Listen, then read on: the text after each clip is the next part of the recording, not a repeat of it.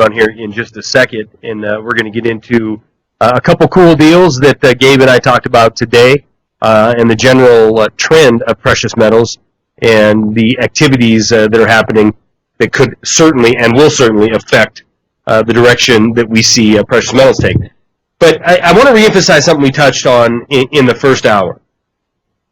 Every time, and this is, I mean, I really do want to get a T-shirt or something made that indicates this. Every time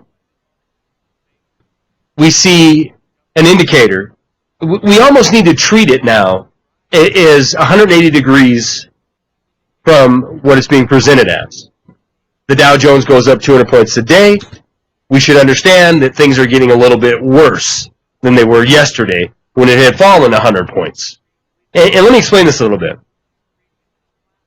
In the days of free market capitalism, in the days when there might have been some honesty in these markets, in the day there might have been honesty in banking, in finance, in government, we could understand that a rise in the Dow, a rise in the S&P, indicated capital being pushed into business, so business could expand and grow, so business could hire people, so business could produce something, and business could create widgets and sell them around the world, creating a middle class in this country and creating prosperity in this country. Today, when we see a rise in any of these indicators, when we see optimism coming out of Washington, D.C., or Wall Street, or your central bank cabal around the planet, understand that it doesn't indicate that we're growing. It doesn't indicate that we're creating jobs. It doesn't indicate that people are staying in their homes. It doesn't indicate that food prices are going to be leveling out and maintaining and falling. It doesn't indicate that energy is coming to you any cheaper. It doesn't indicate that the sustained economy is in our midst. We're at the beginning of some kind of recovery. It means exactly the opposite. It means that we're about to be inundated with more debt. That's it. That's all. Plain and simple. When we see a rise in modern day market indicators, when we see a rise in 2012 in the markets, it means one thing. We're going to see more debt.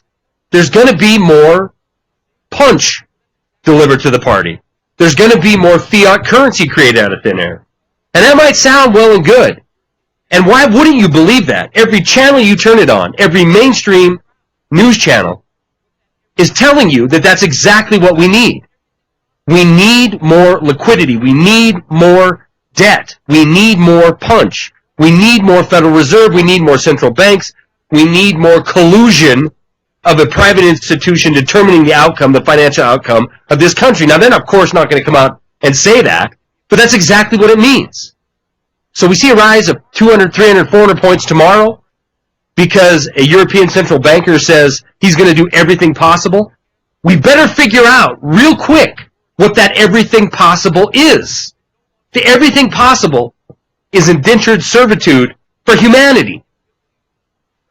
When Mitt Romney comes up and talks about we need to stay out of the business of the Federal Reserve, we have to keep them independent, what he's really telling you is his boss doesn't want you meddling in the affairs of a bunch of private banks. When Barney Frank, who engineered Dodd-Frank, who sat through the crisis of 2008, when he with a straight face can look at the cameras after a vast majority of representatives that no longer have the ability, a lot of them don't have the will to, none of them have the ability to represent the people that sent them to Washington, D.C. That ability has been stolen from them. When we see a vast majority of these people, 435 members, and the vast majority of them vote to audit the Fed, and the engineer of Dodd-Frank, and arguably the engineer that oversaw the collapse of 2008 and the current condition we're in right now, goes before the cameras and say, we can't do it. We just can't do it. We can't audit the Federal Reserve because if we do, well, gosh, the markets are going to get skittish. Wall Street, this is verbatim, Wall Street will see this as political interference. We have to flip the script in this country. We have to flip the notion that private banksters can issue the currency of our land. Private banks do not have the interest of the people at heart. They do not have the interest of you at heart. They have the interest of themselves at heart. They don't take an oath to uphold and defend the Constitution of the United States. They don't take an oath to do the best thing for humanity. They have an obligation to create the most profit possible, and it is on your back. And they don't care. They absolutely do not care who suffers in the real economy. They care about the indices. They care about what kind of power they can get. They care about what kind of power they can hold on to. They care about nothing other than maintaining their status quo. Period. So when you see an indicator pop up that says, hey, green arrows everywhere, green arrows all across the board today. Why? Well, because the markets were all up. We should all celebrate. Don't celebrate. Don't celebrate that. You're celebrating your own demise. I've said on the program many times, and I'll say it again, I truly believe at this point in history, our best hope is a collapse of the current financial system. It isn't even a notion in my mind anymore that we're going to be able to change this from within in increments. It was stolen in increments, but we're not going to get it back in increments.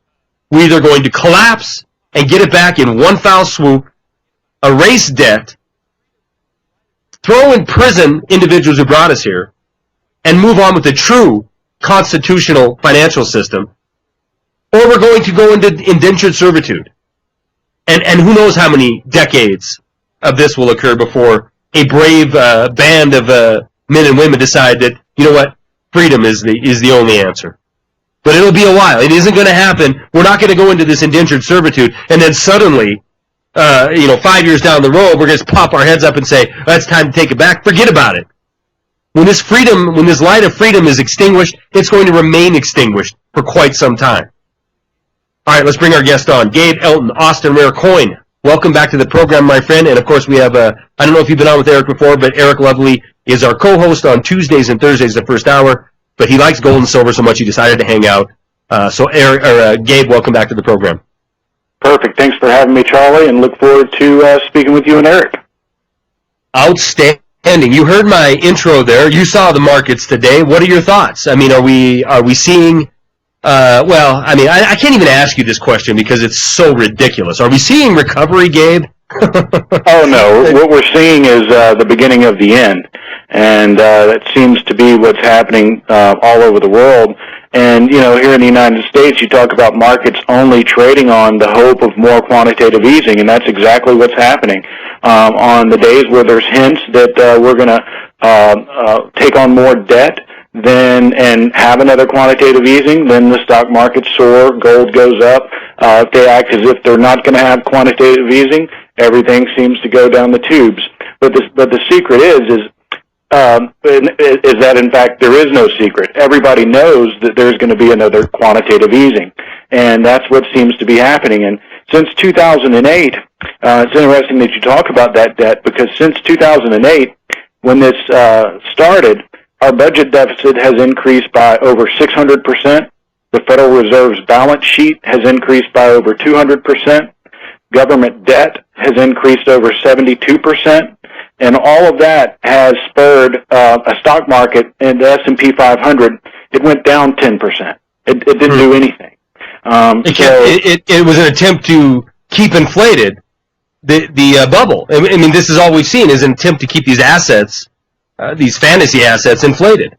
Right, and they're trying to solve a problem of debt by adding more debt. Everyone knows that's not going to work, but that's the only tool that they have, and that seems to be what's happening. And as far as gold and silver go, I mean, you see gold, it seems to be really establishing a floor here. We've been in this trading range for probably the last 3 months or so, and it's developing what they call a wedge pattern. It seems to be that we're on a breakout. The Chinese are just accumulating an awful lot of gold lately, and that seems to be setting a floor for gold prices. They're just at a feverish pace accumulating gold, like it's unheard of. And the thing is, they're also the world's largest producer of gold. They also happen to be the world's largest importer of gold. And if that doesn't tell you something, I say it's the beginning of the end. What I'm talking about is the dollar as being the world's reserve currency. And sooner or later, that is going to end. If you look at the history of global reserve currencies, going all the way back to 1450, the one that lasted the longest was the Spanish real. It lasted 110 years. But the difference between the Spanish real and the U.S. dollar is that the Spanish real is backed by gold and silver. The U.S. dollar is backed by nothing. And currently, we've been the world's reserve currency for 92 years. And the average, if you go back to 1450, the average of a global reserve currency is 94 years. But the difference is all of those other currencies actually were backed by something. And this, the United States dollar, is backed by nothing. And no one knows what happens when that experiment ends. Yeah, it's a good point. And to say that it's going to end, I think, is an understatement. It's just going to be what's going to be there to replace it. I think it's clearly the will of the people truly calling the shots, right? The central banking system, that we replace the dollar, or keep the dollar in force, or maybe replace it with something else. But whatever the case may be, consolidate power through the issuance of more of it, whatever it is. If it's euros, if it's dollars, and all of this has an effect. Even though it seems to be, Gabe, a suppressed sector, without a doubt. I mean, it is amazing that since 2008, you talked about these stats. Plus, by the way, I want you to send me the link, if you could, to those stats you're reading off, because that's very, very powerful, showing how much of an increase we've had in the issuance of debt and how much we've achieved for it. But since 2008, we can look at precious metals in value in dollars and see that they did a whole lot better than 10%. Oh, without a doubt. In fact, you can go back a decade. Gold and silver have outperformed every major currency on the planet for the last 10 years. And you talk about the dollar. Really, the thing is, like you said earlier, it's not our choice. It's not our choice. I mean, regardless of what the people in Washington are doing, it's the rest of the world that has to keep accepting these fiat dollars. And the game is coming to an end. And history says that sooner or later there's going to be another reserve currency. And I happen to think it's not going to be a consolidation of power so much as it is China becoming the only superpower in the world. Because look at the situation that the euro is in. Look at the situation that we're in. In the meantime, China and Japan have come to an agreement to bypass the dollar. Brazil, Russia, India, China, and South Africa have all done the same thing. Right. Russia and China have an agreement to use their own currencies when they're trading with each other. China and the United Arab Emirates have decided to bypass the dollar. Iran's now selling oil for gold. And China, Russia, the IMF, the Financial Times, all of them have been pushing for a new reserve currency. And if you look at what China's doing, over the first 4 months of this year compared to the first 4 months of last year, and keep in mind, last year China was the largest importer of gold in the world. From the first 4 months last year to this year, their imports have jumped 780%. Oh, wow. And that's what's keeping a floor in the gold price. You see the gold price go down, and then you see it stabilize. It'll go up a little bit. We've been forming a real good floor here, and we think it's an optimal time to get in.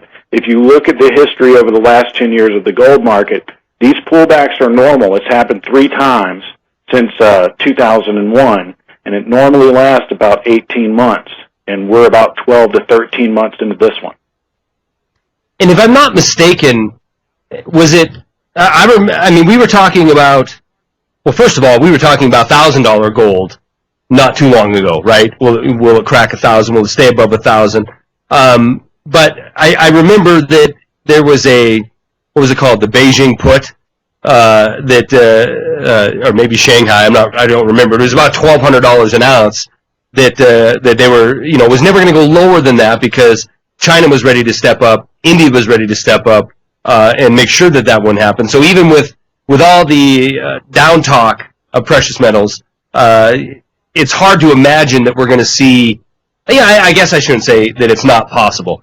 anything is possible. I think if the last 4 years have taught us anything, it is that the confiscation is possible without a doubt.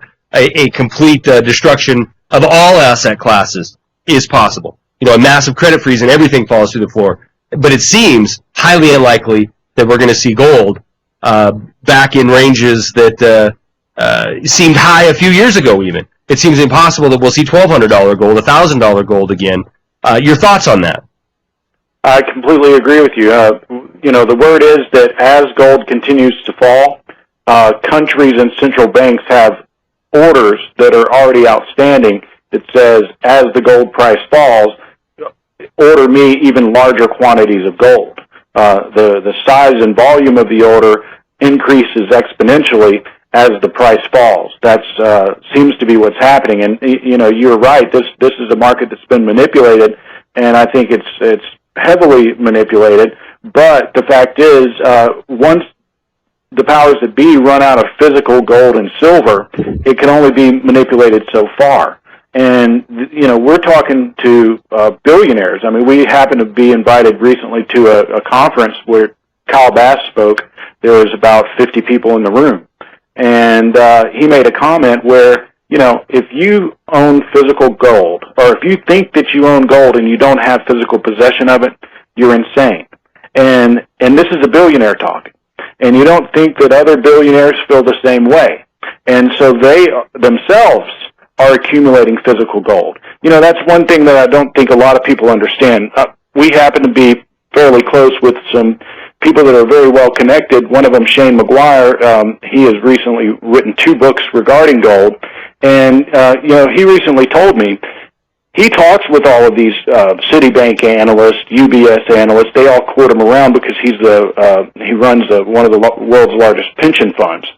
And he says they own gold. They know what's going to happen. And these people are taking physical possession of their gold. And as that gold comes off the market, it can't be manipulated like it used to be manipulated because they're basically running out of gold and silver. And so more and more, not just the us crazies out here in alternative land, right. More and more so-called mainstream are grabbing it, and they're putting it in the hole. They're putting it in the vault. This is exactly what's happening. The people like you and me, Charlie, we've been buying gold for quite a while. The elite have now began buying gold, but the large swath of the mainstream population still owns none of it. The average investor still does not own gold. But the people who matter and the people who move markets, they do own gold, and they're taking delivery of it. And as that continues to happen, the powers that be have less and less gold to continue to short. They know that they're in a squeeze. Société Générale from France recently put out a report to their clients telling them to bolster their positions in gold ahead of further quantitative easing. They pointed out that if gold markets were to adjust to the expansion of the monetary base like it did in the 70s, that it would be $8,500 an ounce. This is a big bank that put that out. There was recently a hyperinflation warning from another bank, I believe it was UBS. It was, I saw that, yeah. Said that it was likely. And, in this conference that we recently had, we were given some figures, and it's interesting to note that in the 1970s, gold increased by 2,300%. But think about what was going on back then. Interest rates were at 20%. The federal deficit was at 2.7%, and U.S. debt to GDP was 160%. And back then, if you took at all the financial assets in the world, gold represented 3% of it. Now today, gold's gone up 500%. Interest rates are at 0.025. The federal deficit is at 8.1%. Debt to GDP is over 360%. But gold only represents 1% of all financial assets. And it's only so long that these things can go on. And people are saying that gold might be in a bubble, but in reality it seems to be like it's just now being rediscovered as an asset class. The opposite of a bubble. It's in a sinkhole. And by design is my opinion on that. Gabe Elton is our guest of Austin Coin. He's going to be with us in the last segment as well, and you want to stay tuned because I know him and I have a few offers that we want to put out to you guys. So, Gabe Elton, write this number down, 800-552-4109. That is Gabe's direct line. We'll be back with Gabe Elton and more Wide Awake News Radio in 5.5 minutes.